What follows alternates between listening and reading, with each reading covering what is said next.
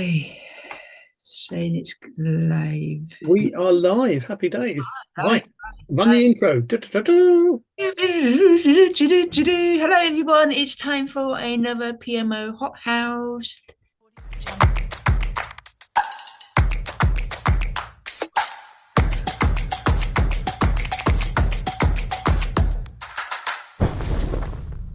Whoosh, indeed, it is March. The March hair. It is time's getting on. 2025 is marching on, and we're here for another HotHouse.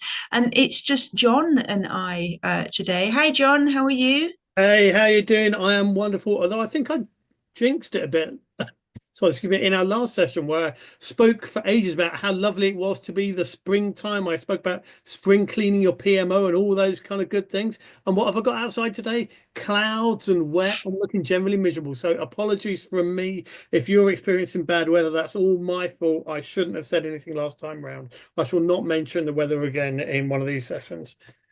So we have actually got a quiet one because I think we've had a little bit of a technical difficulty, but we've never done this before. But we are doing a session. We normally have a live audience, and a real big apologies to people that have signed up for it today. That we actually changed the date because normally it is the last Friday of the month, but we're going to be really busy next Friday because we're off to Dublin. We're off to the Emerald Isle for our first PMO flash mob on the Thursday evening. So we brought it forward, and it just means that you've had a little bit of a technical difficulty in terms of the details going out for this event because we brought it forward by a week. So this is going to be really sweet. Big apologies to you and I signed up for it today.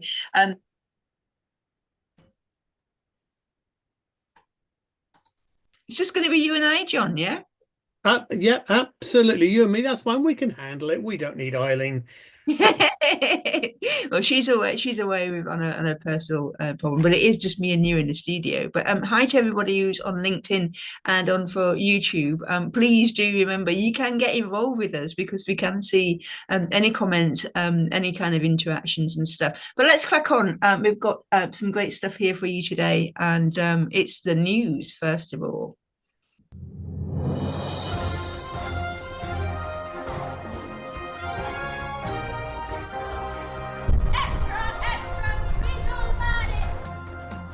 Extra, read all about it. We're back for another news roundup. And John, take it away. What's going on this month? Okay, so let's dive in. We're going to start with supply chain forum, which is where I found this article. It's quite a wordy title: Integrating Project Management and Supply Chain Management for Resilient and Sustainable Operations in a VUCA World. Now, those of you who've been with us for a while will know what VUCA stands for, so I won't go into that one. Now, the reason I've pulled this article out, we often talk about project management and PMO articles and our world. This is from an entirely different perspective. This is a publication that goes out to people very much focused on the world of supply chain management.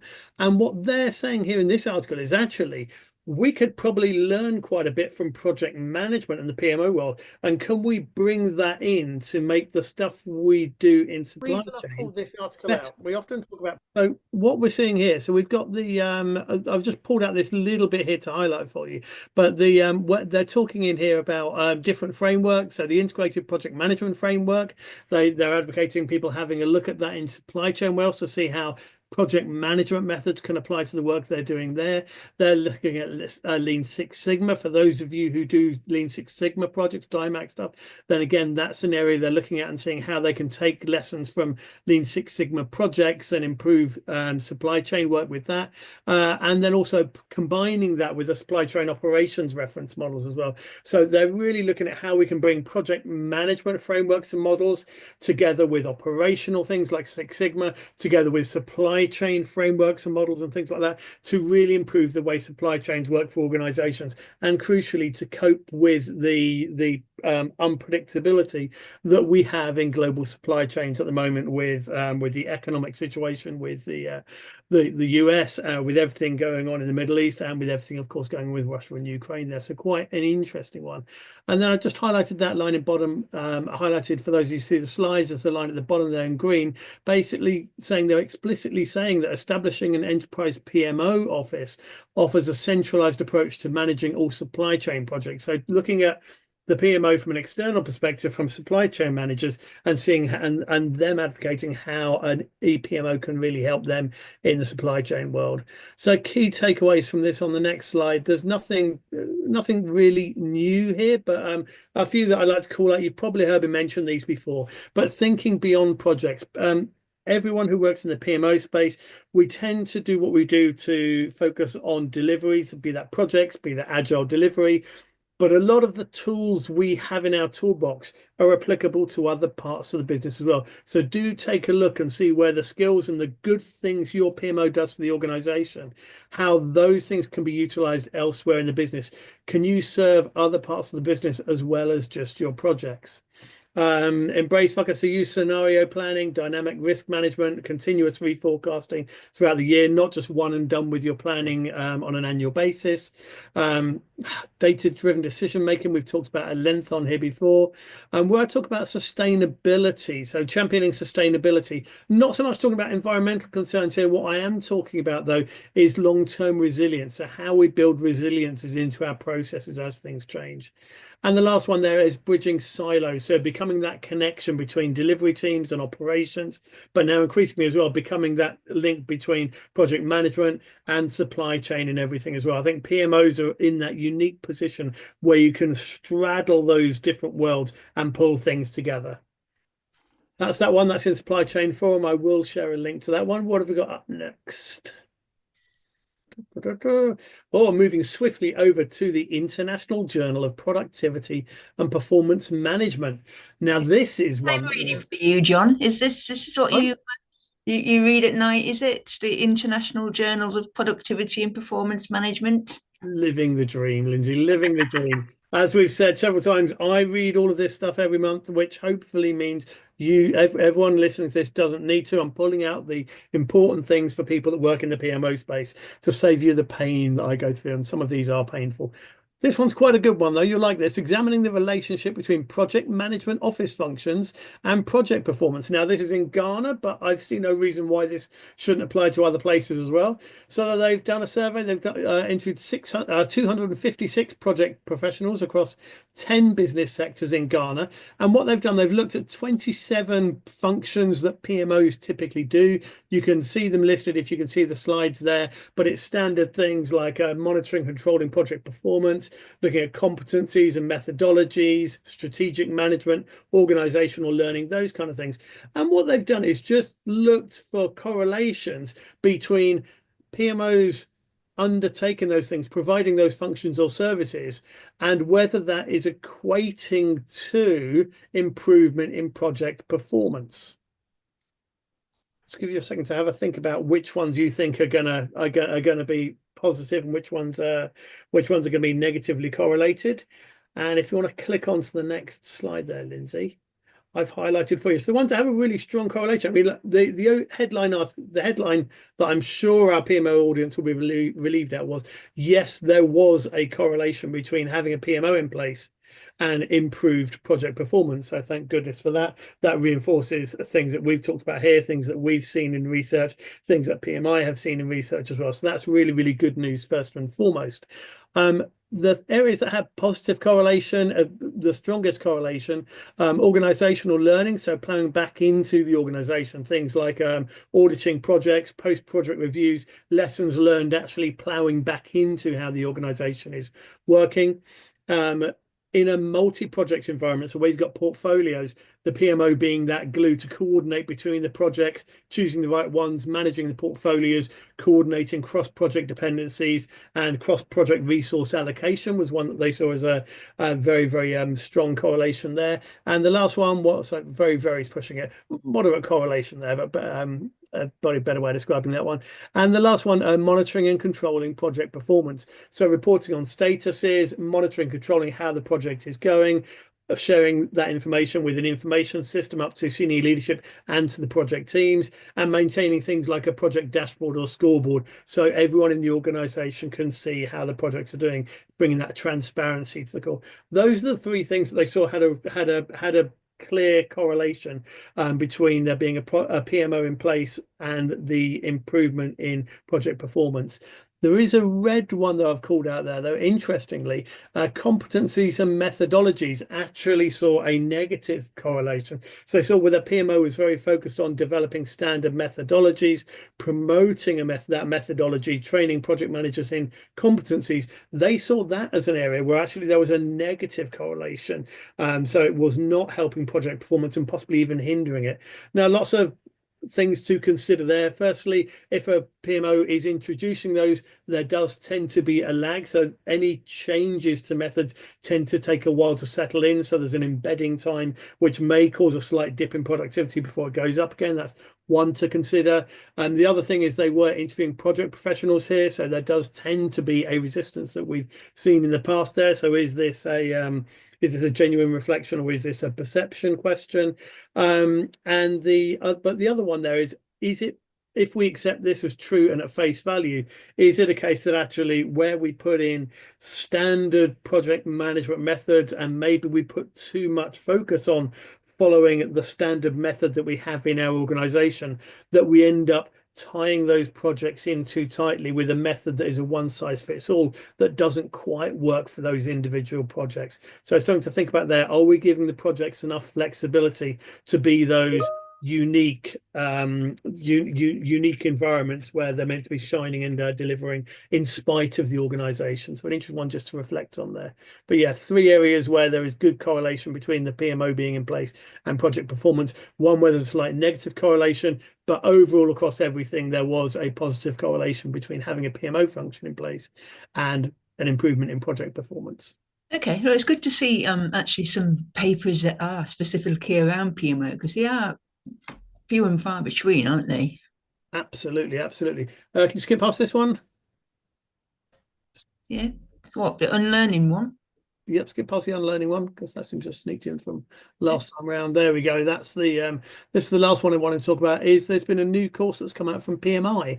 I say new, it's new to PMI. So this is CPMI MAI. It's their latest certification, so the latest badge or medal you can get from PMI. This is very much focused on project managers working on AI projects. So is this of value, and is it any good? Well, they announced it yesterday, so I dived in and took a look. I spent in terms of the what do you spend your evenings doing question from Lindsay. Last night I was doing this course. I am part way through it at the moment. So here's what it kind of goes. It goes through the history of AI, puts AI into context of other developments going on in technology space, introduces a lot of the terminology for AI and everything going on, and then it shifts on and moves into working through project methodology for AI projects. It does note at the beginning that AI projects are very, very different to construction projects, which I'm sure everyone can figure out for themselves, but they also make the point that AI projects are also very, very different to software projects. So when we've had the struggles in the past of people trying to apply sort of a traditional project management frameworks to software projects that need something more agile, what we're saying here again is actually some of those software methods don't really apply to AI projects, because they're fundamentally about data. It's a lot of work on getting the right data together, cleaning that data, tagging that data, all of those kind of things that you need to do. And actually coding is way, way, way off in the distance. A lot of it is about the models and the data, and that needs a specific methodology to work through. So a lot of this course is about what that method looks like and how it works. Now, it is very detailed. There's a lot of good examples of things in there. It is very, very good for people who are project managers delivering AI projects, probably good for project managers who've worked on very, very data focused projects, sort of big data, analyzing data in the past, and are looking at moving into AI because it takes you from that kind of structure into AI. It's probably good for PMOs who may have reflected on the article I shared a minute ago with a negative correlation around PMOs getting into the methodology space, and actually want to have different methodologies for different types of projects or different ecosystems in the organization. This does give a very, very clear view of how to set up a methodology that works specifically for these kind of projects. But, and this is a very important but, AI means a lot of things to a lot of different people. And there's almost certainly people in the PMO space listening to this who are sitting there thinking, well, we're doing an AI project at the moment. If what you mean by an AI project is you're introducing things like ChatGPT and rolling that to the organization, or making more use of Copilot, or if you're looking at bringing in a PPM tool that has AI elements in it, that's not really what this course is about. This is very much about people building up models for machine learning and AI, doing those kind of projects, rather than taking an off-the-shelf AI tool and looking at how you roll that out across the organization. I flagged that really explicitly because if you are the latter group, this course will probably be a disappointment because you'll probably find it doesn't meet your needs and you'll still be scratching your head at the end of it. However, if you are running AI projects, it's a really good methodology from what I've seen so far. It's got really good structure around it, and it should be useful for you navigating those projects as you go. Well, at least you now know. But if anybody starts talking about CPMAI, you kind of know exactly what it is. Within that alphabet, all this stuff. Absolutely, keeping up with all the acronyms. Yeah, excellent. Thank you, John. And hopefully you can share those papers and some resources of where you got them from and all that kind of good stuff. When we push that out to the members afterwards, you'll be able to take a look at that kind of stuff as well. So let's move on. So we've also been out and about. So let's have a look at what we've been up to.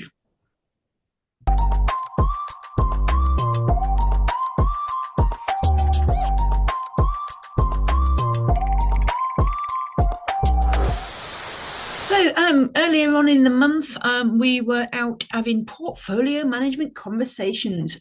We had a PMO flash mob in London, which was hosted at Pay UK offices, which is in the St Katharine's Dock area of London. So if you're joining us and you're not quite sure, from wherever in the world, that's a rather pleasant little spot near that rather handsome looking castle there. So we were down in that area of London to basically have a evening talking around portfolio management. So, like anything that we do at the Flash Mob, it's trying to think of, different areas that will interest people, and doing it in different kinds of ways. And this one was a roundtable discussion, which we recorded, which will be available later on. We're just looking at pulling together a paper, a small report on it, because there's lots of great insights. But I just thought we'd just give you the kind of high level of what was talked about there, just to pique your interest, and see, but you'll be anticipating the stuff that we're going to be bringing out. So talking about some of the main challenges, insights, key themes, all of that kind of thing. I don't think these 3 points will have slipped anybody by who's working in the whole portfolio management space. But our particular conversations that night were around these things like resource management. We talked a lot around that. That's also tying in nicely with the report that we're bringing out in June. So there was some conversations around resource demands, and specifically talking about multiple portfolios across the business rather than single portfolio. There's been quite a lot of chitter-chatter over the last few years about this difficulty between business as usual and change, project delivery. So little conversations around that, and then talking about the portfolios, prioritization and the portfolio, especially again if you've got multiple portfolios across the organization and only one bag of resources that have got to go across all of that. So interesting stuff. So some of the key themes then were about that portfolio structure. And I don't think we've talked that much actually about the problems of having multiple portfolios across the organization, and then certainly talking about some of the resource allocation issues that come out of the back of that. We also talked about the prioritization approaches. So again, centralized versus dispersed models and gone into talking about scoring matrices, which I think many of us are familiar with. It's not a new subject here at the House of PMO, but you've got to remember what we're doing with these roundtable discussions and why you should be there and getting involved as well is that you're listening to other people's learned experience as well, which is half the battle with this stuff. It's you want to know what people have tried, what's succeeded, what's failed, some of the pitfalls, all of that kind of good stuff. And then finally talking about the kind of governance and the authority pieces and the escalation processes and where the PMO comes into this, certainly around governance and decision making. So not making the decisions, but there to support that process. There's some really interesting things that came out of it and certainly felt quite novel, new, I suppose. Which is you never expect this stuff when you go into a discussion like this, but I really like this the thinking about when it comes to doing project prioritization, but actually starting from a point where we think about the resources first. What's the point of thinking about all the different projects that we want to do and prioritizing those without actually having the ability to do any of this stuff? So there's a lot of discussion around thinking about the resources available before doing that kind of final prioritization piece. Really love this idea of a slipstream. I like the visual of this, of the PMO in the slipstream. But this was about, and certainly because we were talking with some of the people around the table working in a kind of regulatory financial type environment where the PMO can gain influence if it is already kind of piggybacking on some of the pre-established regulatory or financial type accountabilities.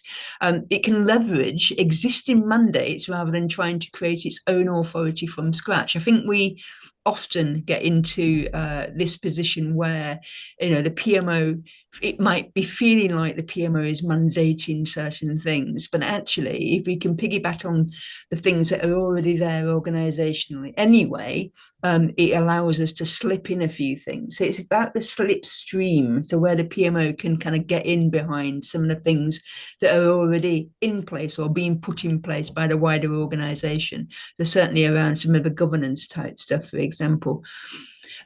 We had a nice discussion again about portfolio rationalization, and this came into the talking about the killing of projects, getting projects that really shouldn't be continuing to run or absolutely shouldn't be part of the prioritization, whatever it might be.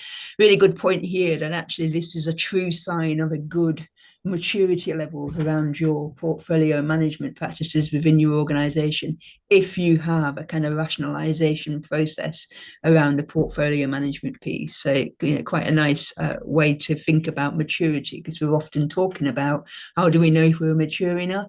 That's certainly one of the indicators. Also talked about, obviously, a lot of this stuff. We talk about technical processes, frameworks, models, all that kind of good stuff. But actually, the bottom line is it's a people thing. We are all people, and actually we should be thinking about how we better do that side of stuff in terms of a kind of knowledge sharing, whether that is people actually are trained, understand about some of this stuff. We assume that people understand how all this kind of stuff fits together in the portfolio, whoever might be part of that, whatever kind of stakeholder we're talking about, or exec or sponsor, whatever it might be. Quite like the idea of the PMO as a broker of governance, and this was coming out of the discussions around the kind of agile piece. So what we might class as newer ways that we might be delivering change.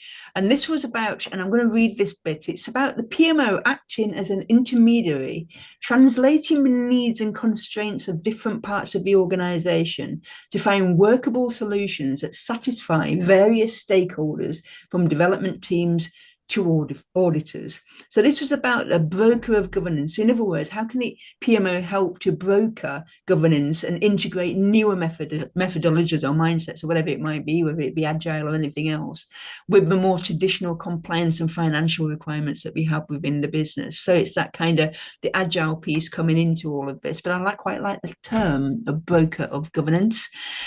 Also about understanding escalation, about actually sometimes formal governance can be too much, and that we have to understand the kind of implicit escalation paths that are happening around the whole portfolio management piece. And then finally, there's one takeaway right towards the end, and we talk about retrospectives or lessons learned on projects and programs, but I don't think we've ever really thought about retrospectives or lessons learned specifically at the portfolio level. So what is it that we actually do in terms of learning the lessons, learning stuff that might help us to improve on the way that the portfolios are actually put together and how they're managed? John, you were there, part of the table that evening. What did you think to the session? I was indeed. It was a really good night. Lots of good conversations. The broker of governance piece was a very interesting discussion, because it kind of, we started off talking about the role of the PMO in governance, basically looking at the fact that you've got organizational governance, and the PMO is basically taking organizational governance, translating that for projects to ensure that we're delivering our projects within the constraints of the governance of the organization.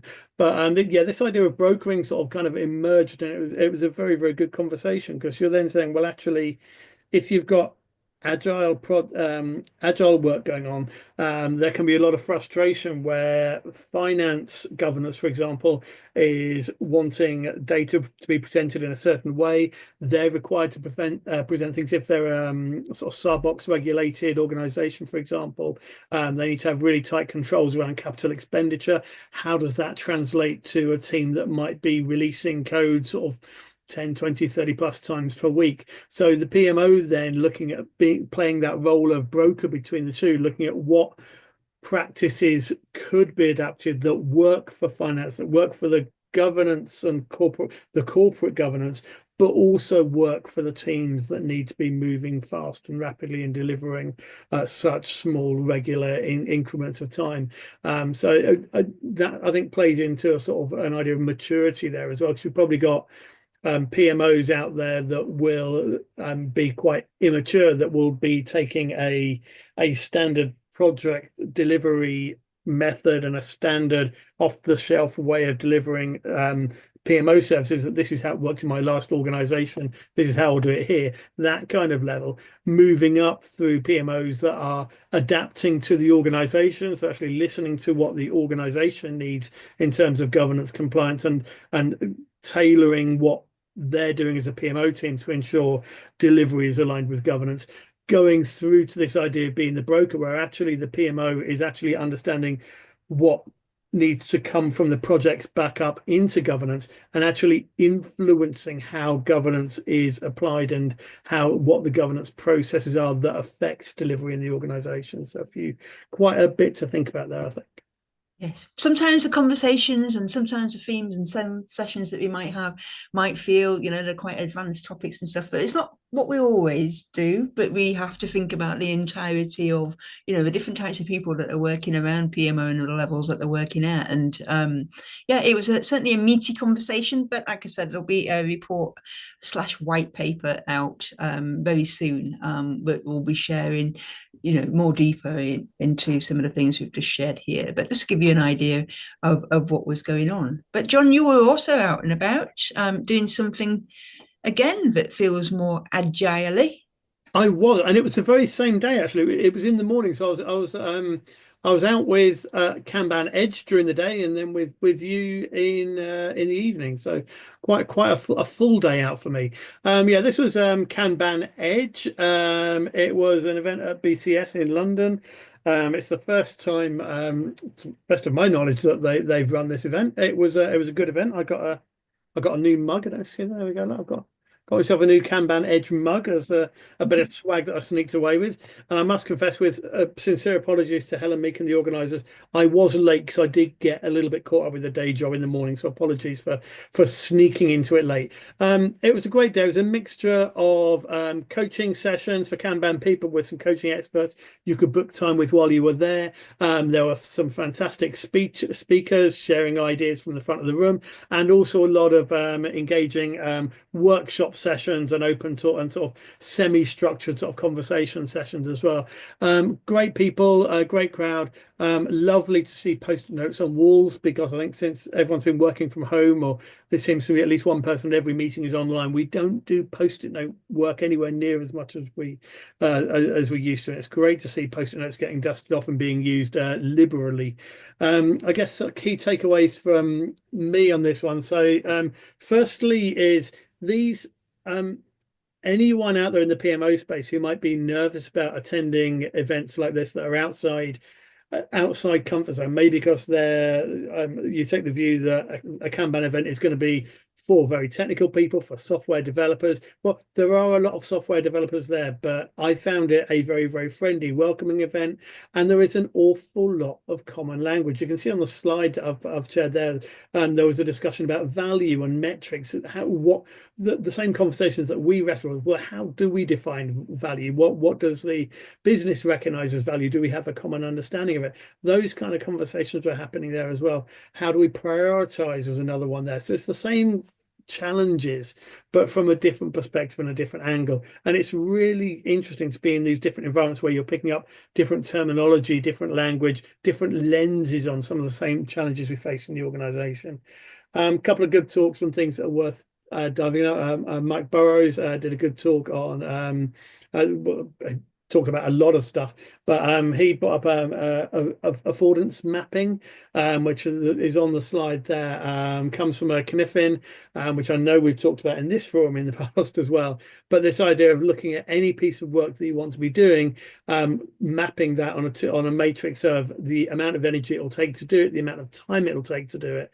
And then you've got the small things there, the ones that take a little bit of energy that can be quite quick, are the ones you're just going to monitor and nudge and deal with as and when they crop up or when they need dealing with, right up to the very, very big things that take up so much energy and so much time to do that you're just going to acknowledge that you're not going to do anything. We're just going to accept those are what they are because they're too big for us right now and we're not going to deal with. So it's an interesting model there and a different way again of thinking about sort of prioritizing things and where we want to spend our energy and time and what we do at different boundaries around that. Another model that's well worth looking at if you've not come across it before, in the middle there, the very brightly colored one, is the fit for purpose framework. And again, I think this is an interesting one for PMOs because it's looking at understanding at a business level what your products and services are, what your key metrics are, who your customers are and what they want out of things, and looking at understanding that deeply and building the right measures and metrics around it to be able to ensure your organization strategically is going in the right direction and is able to flex and change with those as well. So a couple of interesting models there just to look at in the PMO space that are just as interesting for us as they are for people in the world of Kanban. And the last one I'll leave you with was thinking about sort of right to left thinking. This idea of whenever you've got work on a flow from sort of idea through to done, look at the things that are on the right hand side because the value you derive is from things actually moving to done. So look at how you can get things from almost done or the 95% complete in terms of tasks on Gantt charts, how we get that last 5% across the line, because that's when they start delivering value for us. So if you don't already, start having a look at that bottom end of the funnel and how we can move things over to the right hand side. That was the key thing. I'm a bit magpie because I'm just looking at it. I like that fit for purpose, just the framework. It just looks beautiful. It's lovely, very pretty, and also quite valuable in a sensible structure as well. Yeah, no, absolutely. Thank you for that. And the other lesson you forgot in there is that at least remember to eat your 5 a day. Absolutely. You know me, super healthy. Thank you very much. It's time for not an advert.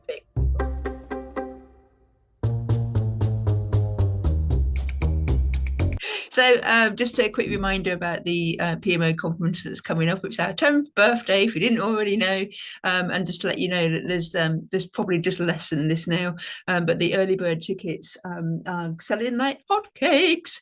And you can either use them on a 2-day pass or just for, day 1 or day 2. John just mentioned Kniffin then. That's going to be one of the lessons on PMO Learn. We've also obviously got a lot going on in the conference. announcements in the usual manner, but there will be a few little surprises along the way. So if you've not got your ticket yet, make sure you do. Don't miss out. It's going to be a fantastic few days. And also, just on the subject, now, if you haven't taken part in our PMO conference yet, head to the House of PMO website. On the front page, you'll see the link there. We are running 10th anniversary. We're running 10 competitions over 10 weeks. We're now into week 2, and all you've got to do is answer a question on this one, which is, we're 10 years in the future, 2035, what's happening in the PMO? We've had some great responses so far. Some of them I just feel like, can we actually share these? But we've already had one competition, which was some great tips for PMO in 10 words or less. If you're not already in our LinkedIn group, just make sure you do a search for groups on LinkedIn and look for House of PMO. We'll keep you up to date with all that's going on and all the winners and all that kind of good stuff. So if your budget, you can't stretch to a ticket this year, this is your best chance of joining us by taking part in the competition. So that's today. You've got literally probably about 2-3 hours left to get involved this week. Next week, we've got a brilliant one coming up, which you've just reminded me of your picture, John, because it's going to be a crossword to do. So yeah, there's going to be different competitions going on. We'll be into the 3rd week next week. So hopefully you'll take part. And yeah, we're getting some great insights as well, which is brilliant. So advert break over. Let's look at the last segment. So jargon busting. This is one that has been creeping around for the last few months, and it's came up on something this week when we were talking about one of the key trends around PMO for 2025 is obviously around AI, and many of you will have heard this term AI agents. It's seemed to be that the word of the year in 2024 was ChatGPT. 2025, it seems to be AI agents, and we're not talking about that kind of AI agent. It's not a robotic James Bond. It is something far more boring, actually. No. It's very interesting. But here is the definition, first of all, just to try and bust some of this jargon that's around there. So essentially what they are systems that are autonomous or semi-autonomous that using AI to perceive their environment, make decisions and take actions to achieve specific goals. So what does that actually mean in reality? So there's lots of words there put together. Essentially, they collect the data from their surroundings. So classic example is probably for many people is when you do customer support, those little chat boxes and stuff, when you really, really just want to speak to a human. However, you've got to go through this process first of all. Those are getting better and better, and it's because of AI agents, and it's because of, and I'll tell you why it's becoming a bit of a thing in 2025 now rather than it was last year. But essentially what they do, these systems, they collect data from their surroundings, they're analyzing it and applying rules, logic, or something called ML. I'll come back to that in a second. They choose an action to take, make a decision, bearing in mind this is still a machine, so they're making decisions and then carrying out an action. So if you're not familiar with what ML is, it's machine learning. And that is about projects actually learning from data and other things and making decisions without being explicitly programmed. So this is taking this stuff to this next level. So let's just think about what we've just seen there, actually apply it to something that many of us will be familiar with, which is something like Netflix. Yeah. So with Netflix, it's collecting data from the surroundings. So that is looking at things that people are watching, looking at the ratings, looking at the watch times, looking when people have stopped things, when they've skipped through things. It's collecting data all around itself. So what it's then doing is using some machine learning models, getting some deep learning and some collaborative filtering going on. So all that kind of tech stuff that's happening around the ML. And if you want to know how to do more of that, go and have a look at that new PMI qualification that John's just talked about. But then what it's doing to choose an action, to sort of trying to get to make a decision, is then predicting what movies or TV shows that people will actually enjoy watching based on all of that information that it's collected, then run it through its models, and then of course it prioritizes them. So when you come onto Netflix, you get that classic kind of auto suggestions on your home screen. It gives you those kind of thumbnails, different playlists, all that kind of stuff. And this has just been done purely by the machine. Nothing else is getting involved. So it's a step up essentially, where ChatGPT has been very a kind of reactive type of tool. You are putting data into it. It's obviously scanning models and databases and taking these data from all over the place, but it's a two-way collaboration type thing going on. The AI agents are taking that to the next level. So, for example, you're seeing it all over the place. It's been added more into like your Alexas. So before, that's been very much a virtual assistant. What you're going to find is that it's going to start connecting with other AI agents. So that's the interesting thing about this, is how it becomes a lot more connected, with different AI agents connecting together to make them more powerful. You see all the time also with Spotify, again, that's that kind of like a recommendation type stuff. That is an AI agent. Tesla, it is automation of cars being self-automated, is a agent. We see it more in our day-to-day, which is Copilot. Copilot really is kind of like that virtual assistant, but sitting within the kind of office suite. Microsoft have got big plans there in terms of what they're doing with Copilot to take that to the next level. And I'll tell you a little bit more about that in a second. But also elements of ChatGPT. For anybody who's got an account with them, they'll recognize now that you're starting to see new bits coming in, which is ChatGPT Operator, deep search, all of that kind of stuff. Again, this is the work of the AI agent coming in. And why it's suddenly becoming more of a thing in 2025 is it's because it's advancing. So large language models is what's sitting underneath ChatGPT, and advances around machine learning means that they're being able to do more with it. And just in case you're not familiar with what GPT means, because that's another jargon while we're at it, it means generative pre-trained transformers. If you break that down, what it's doing, it generates text, answers, questions, responses. It's pre-trained because it's training on massive data sets, books, articles, conversations, stuff from the web, and then it's been fine-tuned for better responses. And then the transformer element of it, that's just because of the name of the architecture that sits underneath it, but that's where the GPT bit comes from as well. So it's also because there's been a lot of improvements through what's called multimodal AI, which is in essence the stuff like the ChatGPT. If you're using the imagery type stuff, like using things like Midjourney, putting that with the kind of new videos, AI generated videos, speech, the whole lot, they're all getting better and better, which is allowing them to move to the next bit, which is a big push for AI agents in the workplace. So, and this big push is coming from the four main operators in this world, which is OpenAI, which is where the ChatGPT comes from, Microsoft, Google, and Meta. All of those working together to push this thing of, AI agents in the workplace, allowing us to work better, smarter, quicker, all of that kind of good stuff. So how does that then kind of translate to our world of PMOs? Well, if you imagine that an AI agent could be many different types of AI agents, all within a kind of PMO setting, for the want of a better word, we can call them digital assistants. Yeah, so that's how people are viewing them in the workplace. It's their assistants that can help us to do our work. Interestingly, so you have an ecosystem of AI, PMO AI agents.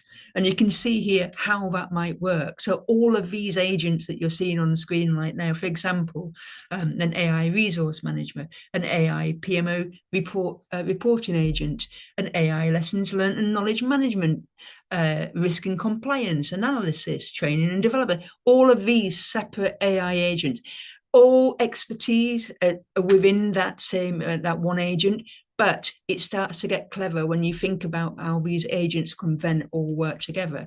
So, for example, if we take these subsections, we have, imagine, an AI analyst detecting delays in a project. The AI risk and compliance one, assessing the impact and recommending mitigations.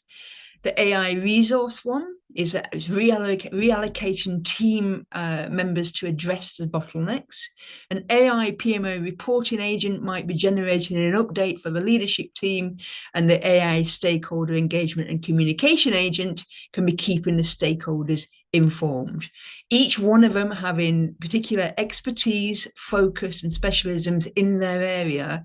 But it's when they come together, it's when they combine it. And this is the interesting development that Microsoft are taking from Copilot being very much something that is the kind of AI-powered assistant embedded within Microsoft Office, whereas AutoGen is a system of AI co-workers that plan, discuss, and execute workflows together. That is where we're going. So how quick we're going to get there, who knows? But that's what is going on, and that's what AI agents are all about. So interesting, isn't it? Who knows where we're going to be? But as we know, some organisations more than others are looking closely into this. And but for many people, I think we're still at the stage of working mainly with things like Copilot and ChatGPT. But there are lots of other things out there. We'll be keeping an eye on all the stuff that's going on, and we'll be bringing some really interesting insights to you in terms of what's going on in the AI world and how it might be impacting us here in PMO. So that is it, I think, for today. Just finally, before we go, we've got a lot coming up. April's busy, but we're going to be in Dublin next week. So if you're listening to us and you're in Ireland, come along, come and join us for a PMO flash mob. We're going to be in Edinburgh in April. So we've got 2 face-to-face things going on. In fact, I've got 3, because just edging into May, we're going to be in the South Coast area again. So that's 3 face-to-face, but also lots of stuff going on the virtual sessions as well. So make sure you take a look at the events. So that's it, John. I think we managed for another month. Yeah. So thank you very much, everyone. Take care, and we'll see you without any technical difficulties next time. We'll see you then. Bye for now. Have fun in Dublin.